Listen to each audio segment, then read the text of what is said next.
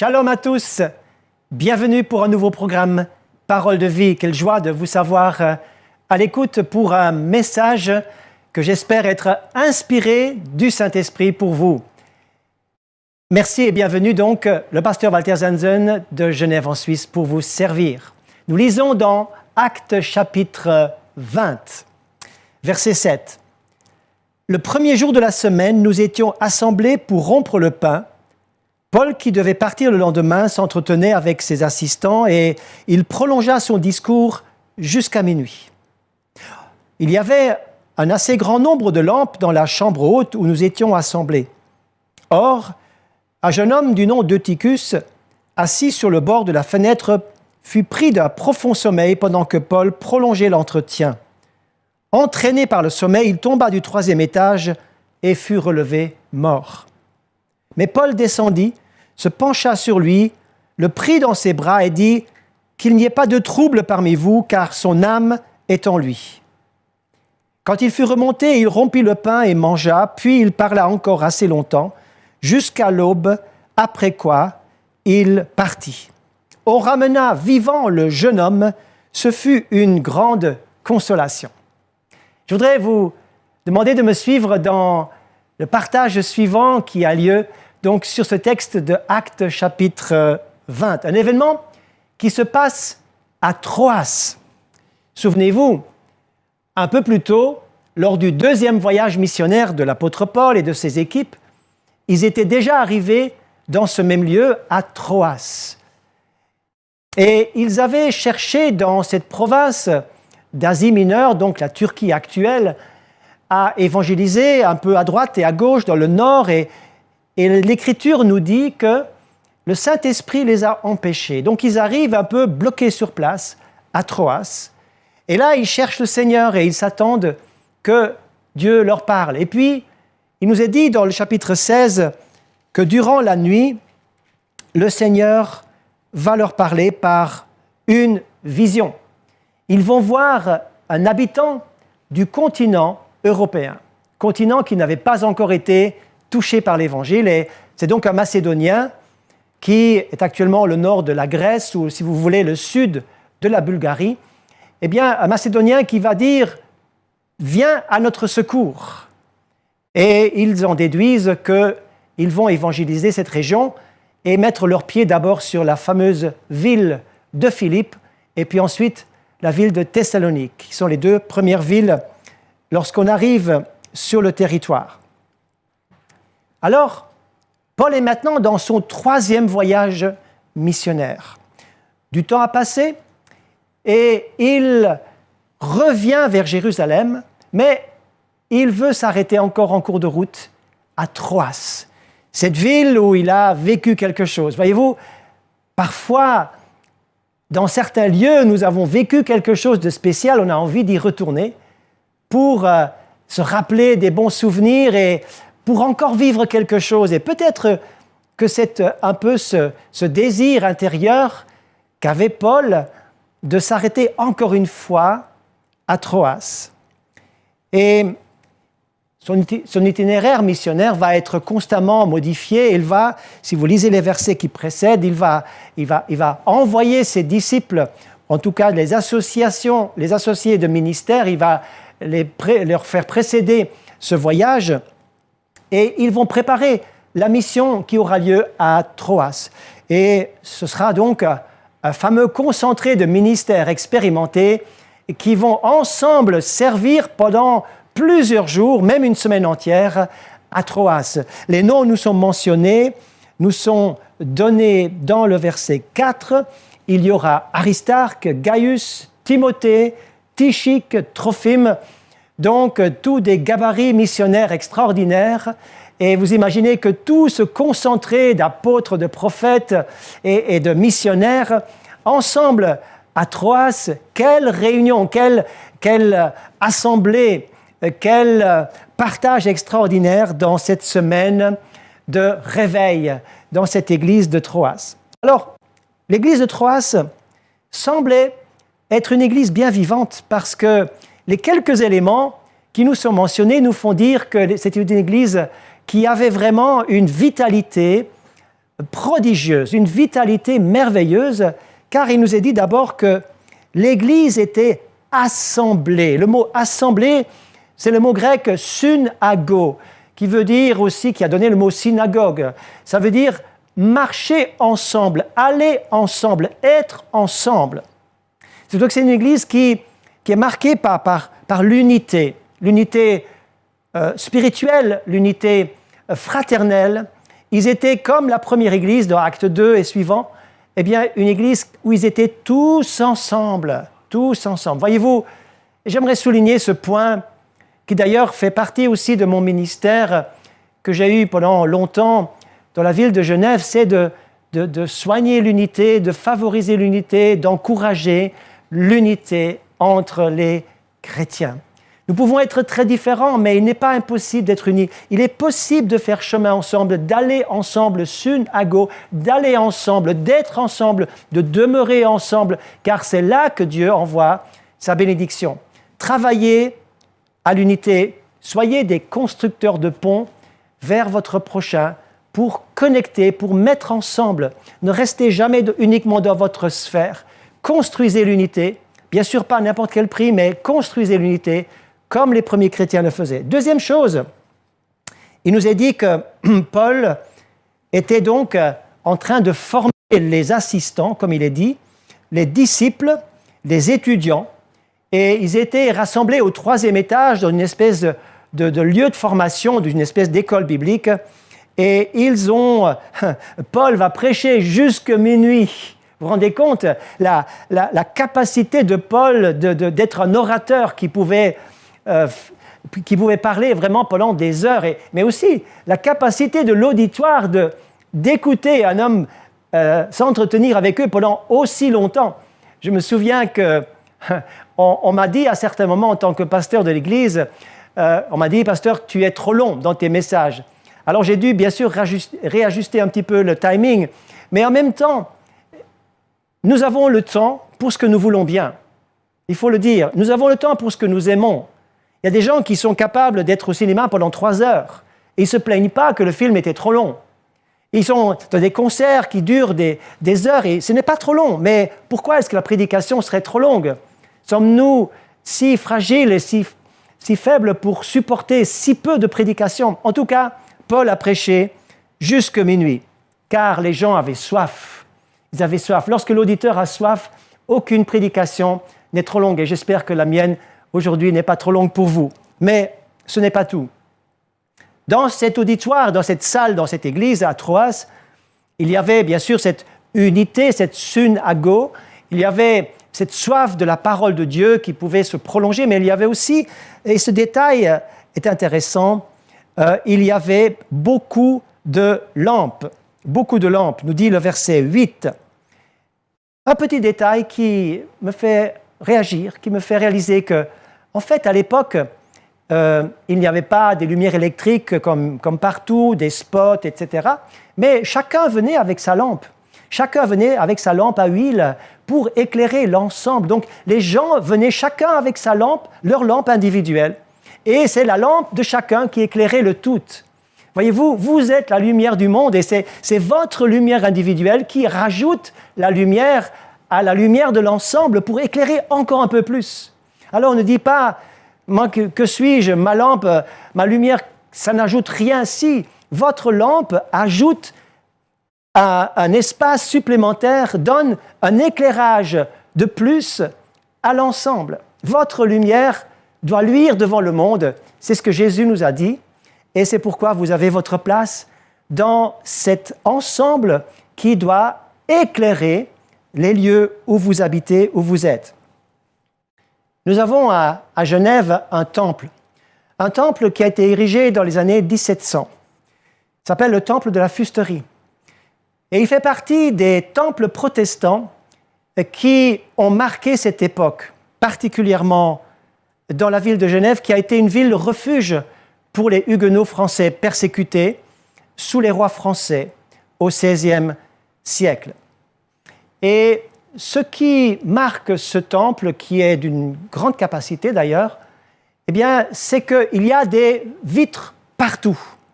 À l'intérieur, quand vous rentrez, vous n'avez que des vitres. à l'extérieur. Et il y a un lieu de prédication qui est prévu au centre. Et ainsi, le pasteur de l'époque ou le prédicateur de l'époque pouvait facilement être entendu par tous.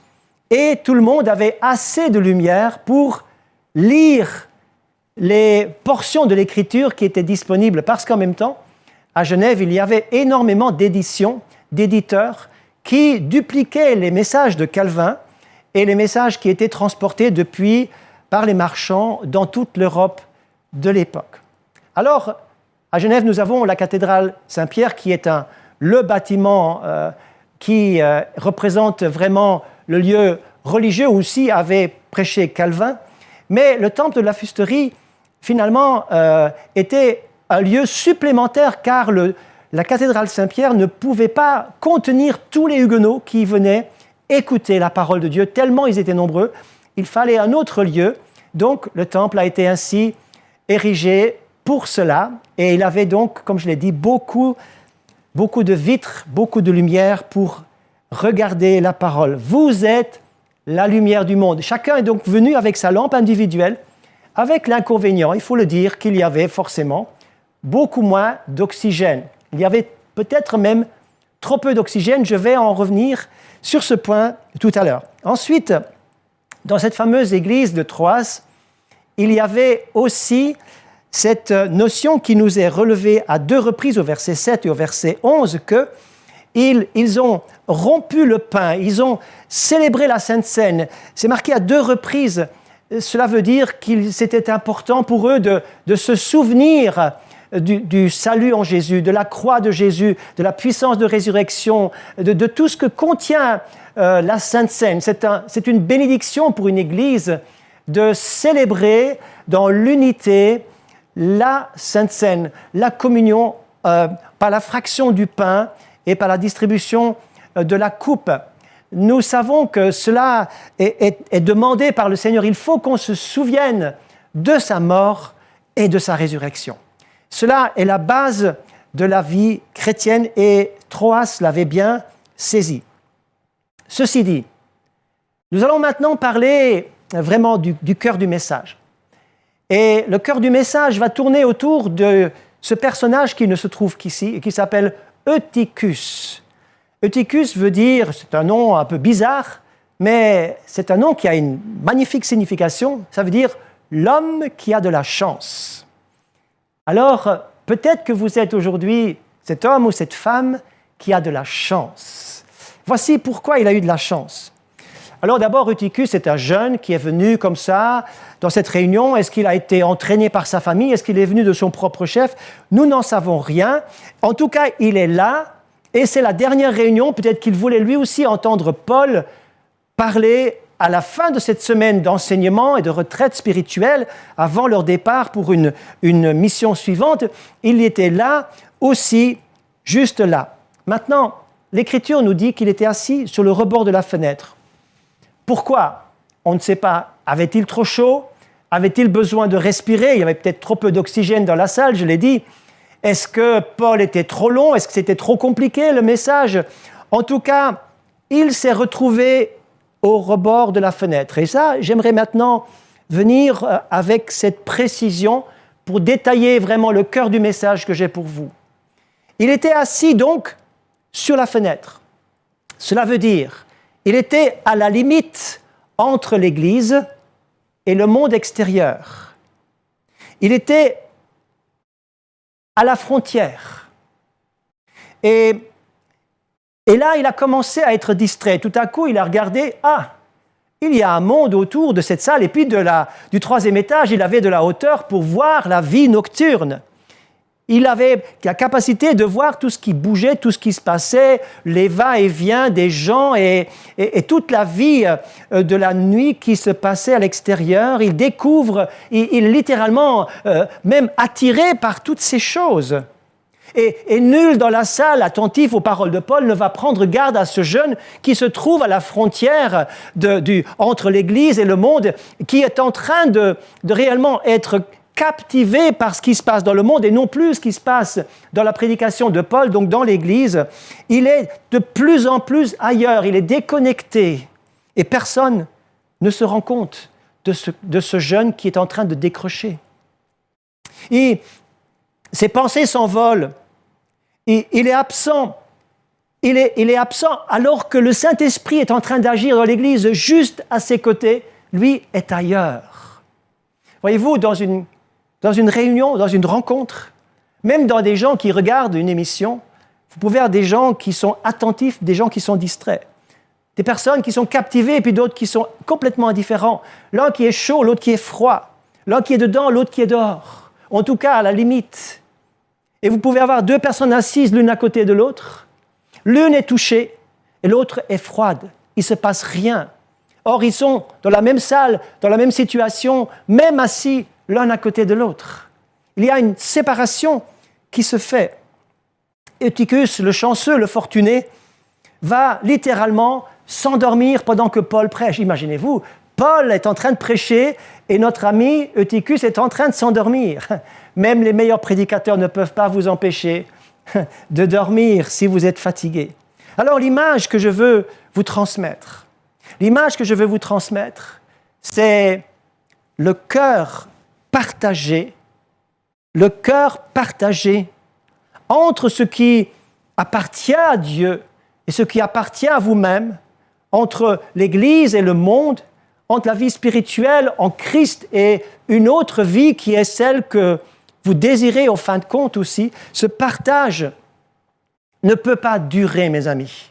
Ce partage vous met en grand danger. Ah non, ce n'est pas juste un détail de l'Écriture.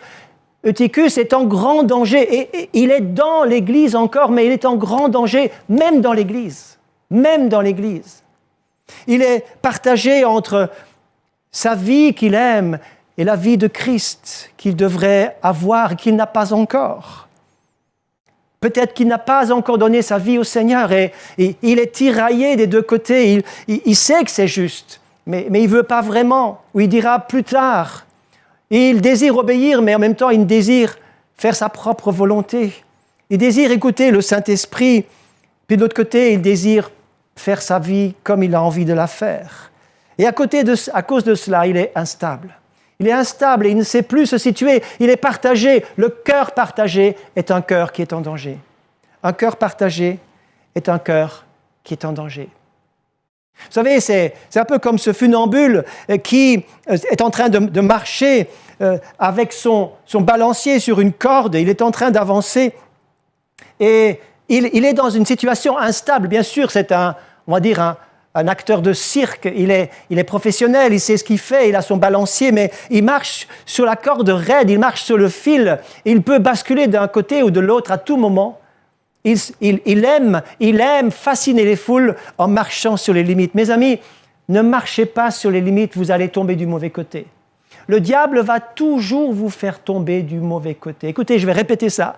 Le diable va toujours vous faire tomber du mauvais côté. Lorsque vous êtes instable, lorsque vous êtes fragilisé, lorsque vous êtes affaibli, lorsque vous êtes déconnecté, lorsque vous êtes en voie de ne plus donner suite à ce que Dieu vous demande de faire, vous êtes en situation de danger.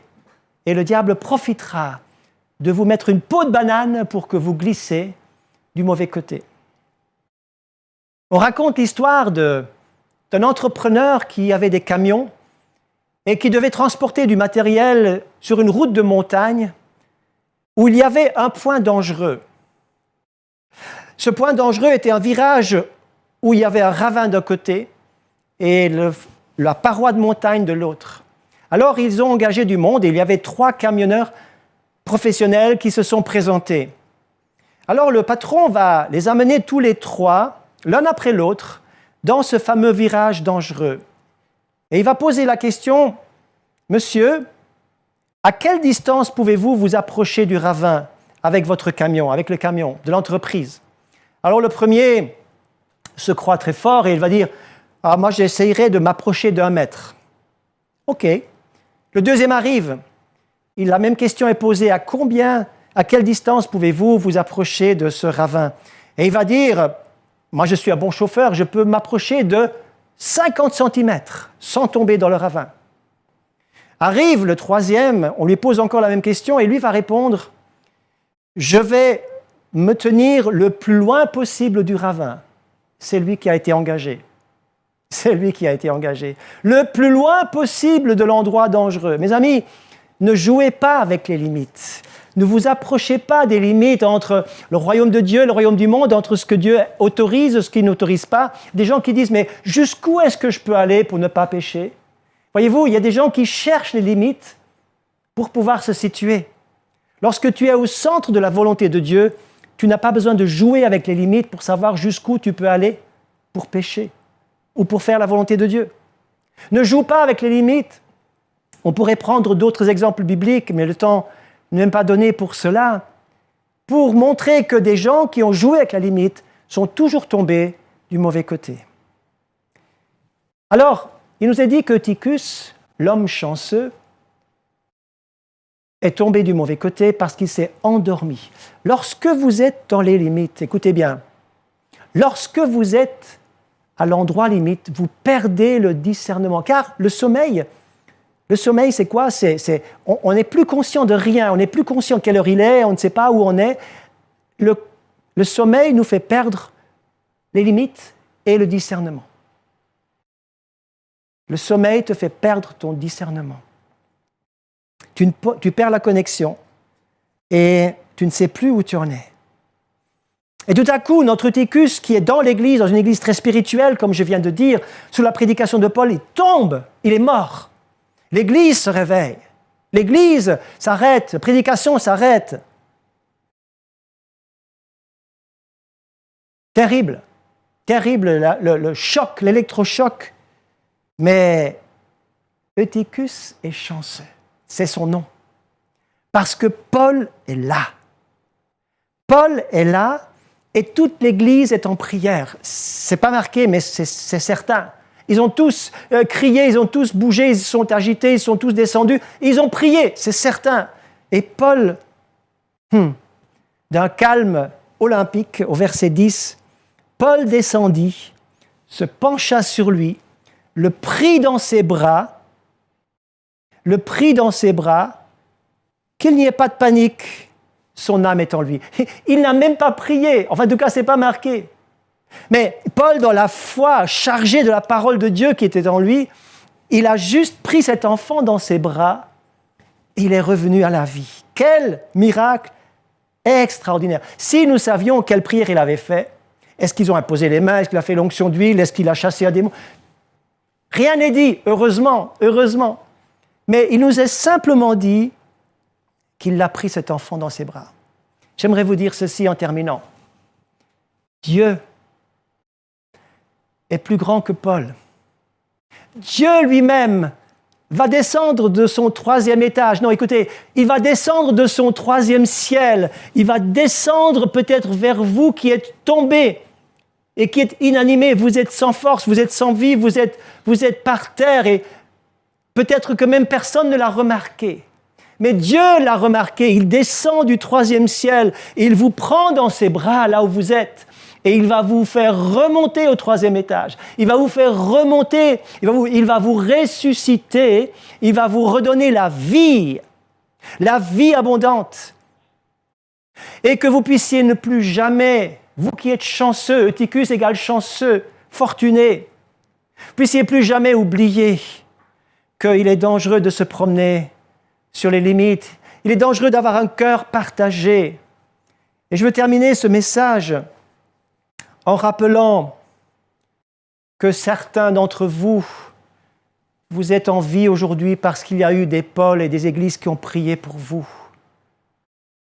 Je l'ai dit plusieurs fois à l'église où je sers, il y a des gens qui sont en vie aujourd'hui parce que d'autres ont prié pour eux. S'il n'y avait pas eu Paul, peut-être Eutychus serait resté mort. Mais il y a eu un ministère de puissance qui a permis que ce jeune revienne à la vie. Et je prie que les ministères aient cette onction pour ramener à la vie et ramener au centre de la volonté de Dieu des gens qui sont tombés du mauvais côté, à droite ou à gauche, ceux qui étaient assis dans les limites et qui ont regardé dans les limites le monde et tout ce qui fascinait autour d'eux et qui ont décroché. Et il y en a beaucoup qui ont décroché. Écoutez, vous ne pouvez pas aimer tout à la fois. Vous ne pouvez pas aimer en même temps le monde et l'Église. Vous ne pouvez pas aimer d'être hors de la volonté de Dieu et d'être dans la volonté de Dieu. Vous devez choisir, c'est l'un ou c'est l'autre. Choisissez aujourd'hui. Ayez un cœur entier. Quittez votre fenêtre, quittez votre limite. Ayez un cœur entier et non pas un cœur partagé. Votre jour de chance est là. Votre nom, c'est Eutychus, le chanceux. C'est votre jour de chance parce que le Seigneur est là pour vous relever, vous qui êtes tombés. Que le Seigneur vous bénisse et qu'il nous donne à tous de ne jamais flirter avec les limites, mais de revenir au centre de sa volonté. C'était le message pour aujourd'hui. Je suis certain que le Seigneur vous a parlé, qu'il vous a encouragé de prendre les bonnes décisions suite à ce message. Merci de m'avoir suivi et à bientôt. Shalom.